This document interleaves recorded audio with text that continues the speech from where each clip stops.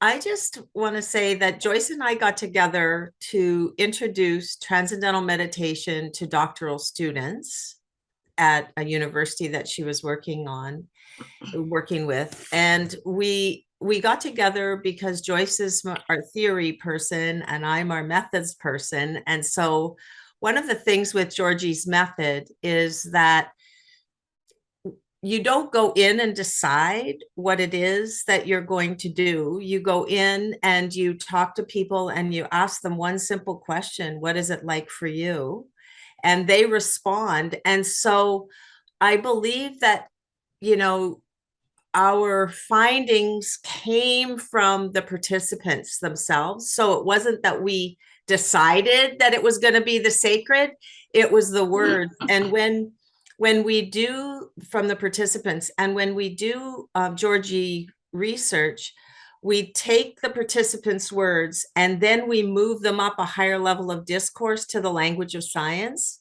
And so Joyce's language of science, um, and you don't use the same words, like you wouldn't use the same word. You know, if a participant said this word, we wouldn't use that word. We would find another word that's a higher level of discourse. So that's kind of how, at least from my perspective, how it sort of flowed. Joyce, what do you think? Same thing, Catherine. I would just say it comes from the direct experience of the felt experience of allowing yourself to quiet your chatter as you learn this process of meditation and just go into the experience itself. What you're left sitting with, in a sense, is a quietness that also carries a sense of love and compassion within it as you're held in this environmental space that's innately in all of us and in the natural world around us. That it just allows you to quiet down and just sit with what is. And what our participants said, they articulated it through their own language as they came back and made their journal notes. It's something that you want to note right away as soon as you've had the experience. Otherwise, you tend to forget it as we learn to move into our objective, ordinary consciousness of everyday life. But the meditation experience itself allows you to drop into a certain quiet that takes you to a mindfulness and then into a transcendent place where your body, your systems, everything seem to find some kind of coherence within the frequencies within yourself. And of course, the whole world around us is an energetic field, so that you sort of come out of your smaller egoic self that walks through everyday life, and you move into this larger you, that which is an expanded consciousness in a sense, that has this extended awareness or perception ability that has its own sense of frequency waves. And we know that wave patterns carry information, and that information that tends to, at least for me, because I've experienced this myself, is that it takes you to what we recognize in our language as love, really, from this heart space. So that as you come back into ordinary consciousness, that feeling carries with you, so to speak, and you learn to become more literate in a sense of carrying this expanded sense of perception awareness that has a real sense of the sacred that you might recognize if you walked into what you consider, whatever the unique person's, what they consider sacred. It might be the natural world, it might be a church, it might be a cathedral, it might be the sounds of a choir, or whatever it is that takes you to that place. But we found that this experience with meditation naturally bubbled up, so to speak, after a period of time. As they developed practice, they became more easily able to approach those experiences within themselves. So, And these were doctoral nursing students. So their descriptions, as you saw in the article, their descriptions were very poignant and they were able to articulate themselves very well. But they were novice meditators. And that's what we found really exciting about the fact that these were novice meditators having these profound experiences, having just learned TM. Whereas, a lot of times it's, oh, well, the ones who've been doing it for 20 years are the ones that are having these transcendent experiences. And so that's one of the reasons why we really wanted to publish this and get it out there, because it demonstrates the power of TM, really, and the importance of it. And this is actually, I believe, the first qualitative study using a Georgie method that's out there in the literature.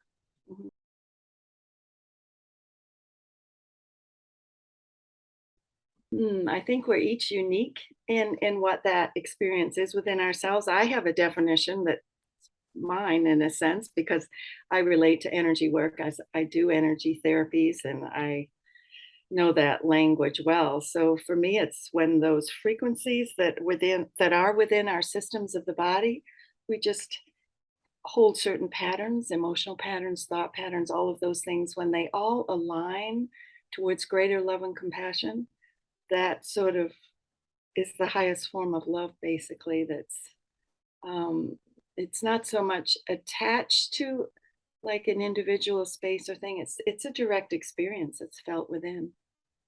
Then you know when you're there because it just feels so peaceful, settled, expanded. Well, even humble. It's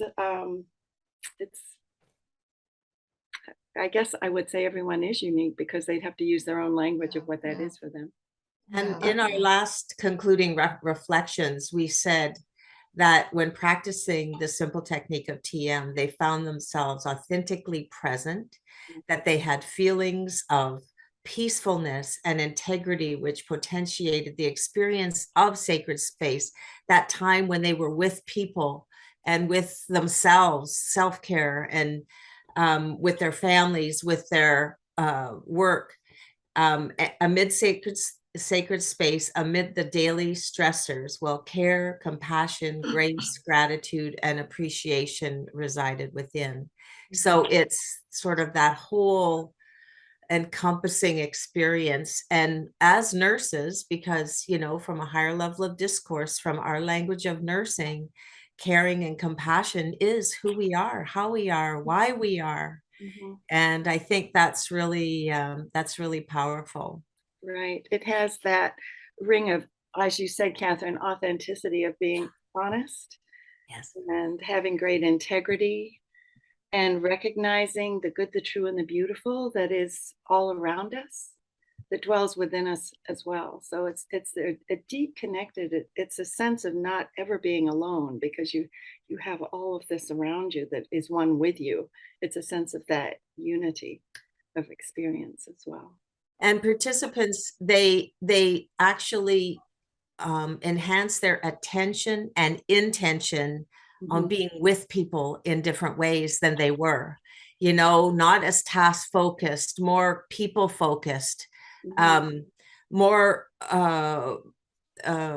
relationship focused. Yeah, relationship focused, plus articulate, and their thought processes were clearer. Like the person who described the fact that, well, the resident was looking for the ACLS manual to figure out what to do during the code. That nurse took over the code and knew exactly what to do, exactly when to do it, while that other person was out here. And they did save that person. So, it created that knowledge and that clarity of thought, which I think is really, really important. Yeah. And it's even beyond thinking itself. It's like a more elegant wisdom that's sort of innate. You pay attention to intuition and you can just sort of like ride the wave of you're like assisted by the whole universe itself, just sort of coalesces into the moment as it's needed. So it's called forth very much in the moment.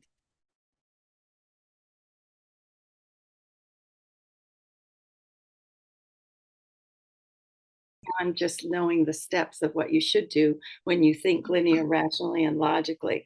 That's a very slow way of of being with information. There's another level where you include all the emotions, the belief systems, the meaning, the felt space, which is another whole level of information that we all participate in. It's all present all at the same time. And then at this transcendent level, though, you're more than just this. Like I said, it's that universal participation in the moment. And you sort of get into a sense of flow. It's like an effortless effort. You're in action, but you're carrying this love and compassion and just placing it into the finite moment. So if nurses' actions come from that place, there's a sense of resonance with who you're working with, like you're on the same wavelength and you're attuned to what it is that's important to them in the moment as well. So it's like a mutual process that goes on. It's not just the nurse doing two in a hierarchical way that you might think of in that steps process of the lower level of information, actually, which is how most of us are educated.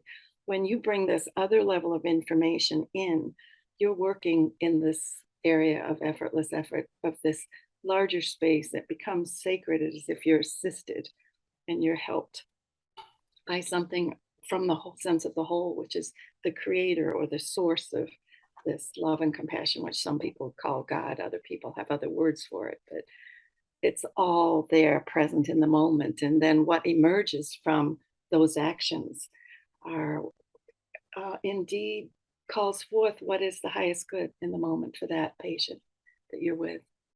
And it's not just the patient, it's the patient, the patient's family, Yeah. your fellow nurses, the everyone you're working with. It's that all-encompassing Mhm.